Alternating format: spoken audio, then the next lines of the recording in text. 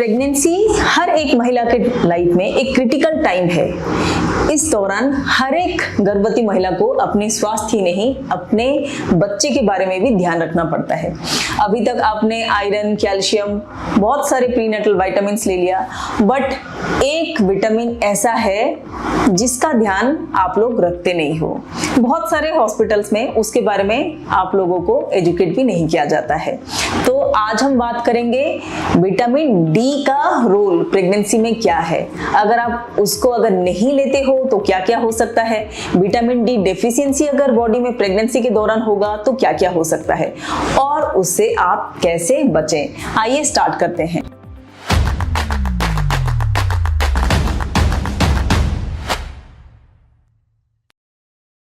Pregnancy में body में बहुत सारे चेंजेस होते हैं। फिजिकल चेंजेस होता है, फिजियोलॉजिकल चेंजेस होता है, बहुत जल्दी जल्दी रैपिड चेंजेस होता है।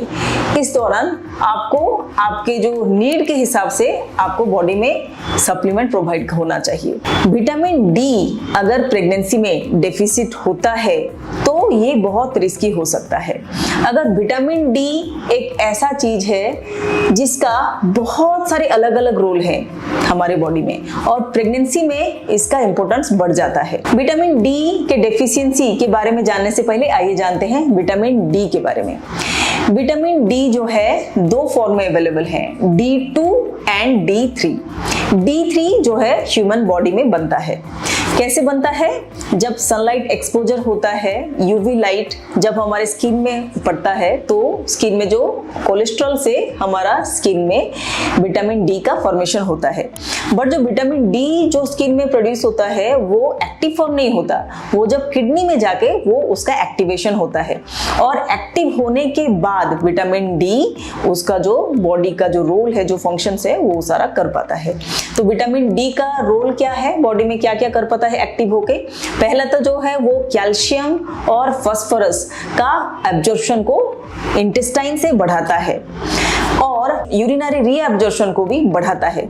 अगर कैल्शियम बॉडी में ज्यादा होता है तो क्या होता है, हमारे जो बोन्स होते हैं वो स्ट्रांग होते हैं।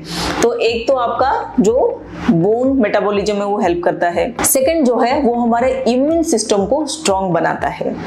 अगर प्रेगनेंसी को देखा जाए तो प्रेगनेंसी में जो हमारे इम्यूनिटी है वो थोड़ा सा वीक हो जाता है, तो इसमें बहुत सारे इन्फेक्शन होने का रिस्क होता है।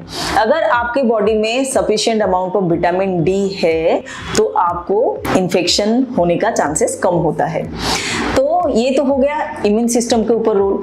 और जो थर्ड है वो है ऑटो इम्यून डिजीज वगैरह भी विटामिन डी अगर आप सफिशिएंट लेते हो तो वो आपके बॉडी में होने का चांस कम हो जाता है।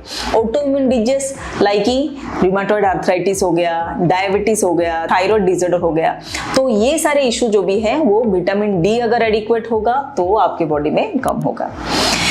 इसके साथ साथ विटामिन डी अगर लेते हैं तो प्रेगनेंसी में बेबी का ग्रोथ डेवलपमेंट में भी विटामिन डी का रोल है। अगर विटामिन डी हम लोग नहीं लेते हैं या फिर डेफिसिट होता है तो क्या क्या हो सकता है? पहली बात तो ये है कि बच्चा जब पैदा होगा तो उसमें नियोनेटल हाइपोकैल्सीमिया होगा, यानी कि कैल्शियम लेवल बेबी में कम हो जाएगा। इसके साथ साथ जो न्यूबॉर्न बेबी है उसको फ्रैक्चर हो सकता है। इसके साथ साथ इसको बहुत सारे रेस्पिरेटरी प्रॉब्लम हो सकते हैं। रेस्पिरेटरी सिंसाइटियल वायरस करके एक है जो कि आरएसबी ब्रोंकियोलाइटिस कराता है।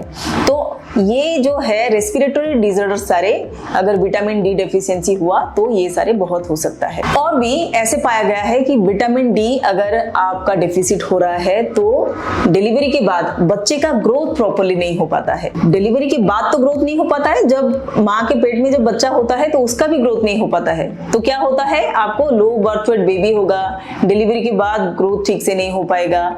इसके साथ साथ कंजेनिटल रिकेट्स हो सकता है। तो ऐसे बहुत सारी चीजें हैं जो विटामिन डी रेगुलेट करता है। इसीलिए विटामिन डी अगर आप कंसीव करने जा रहे हो तो उससे पहले भी विटामिन डी ले, एक कोर्स करें। प्रेगनेंसी के दौरान भी विटामिन डी का कोर्स आपको करना चाहिए। एडिक्वेट विटामिन डी अगर आप दिन में लेते हो तो फिर आपका विटामिन डेफिशिएंसी नहीं होगा। तो एडिक्वेट डोज कितना होता है? हर एक प्रेग्नेंट महिला per day vitamin D 600 international unit लेना चाहिए। ये नॉर्मल, ये डेली डोज है। बट अगर आपको डेफिसिट है, विटामिन डी आपका डेफिशिएंसी है, तो फिर आपको एक दिन में 2000 इंटरनेशनल यूनिट विटामिन डी लेना चाहिए। विटामिन डी का सोर्स कहाँ पे है? आप मिल्क ले सकते हो, फिश ले सकते हो, बहुत सारे हरे पत्तेदार सब्जी है, वहां पे विटामिन डी मिलता है। आपको डाइटरी के साथ आपको सप्लीमेंट भी आप ले, और सप्लीमेंट के साथ सनलाइट एक्सपोजर भी होना चाहिए। यानी कि आपको 3 चीज करना चाहिए: डाइट, सनलाइट एक्सपोजर और सप्लीमेंट। अगर आप ये 3 चीज करते हो तो आपको विटामिन डी डेफिशिएंसी प्रेगनेंसी में नहीं होगा, और विटामिन डी डेफिसिट होने के बाद जो कॉम्प्लिकेशंस होते हैं वो भी नहीं होगा। मैं आशा करती हूँ कि ये वीडियो आपके लिए इन्फॉर्मेटिव रहा हो। ऐसे ही इन्फॉर्मेटिव वीडियो के लिए इस चैनल को जरूर सब्सक्राइब करें। Thank you very much.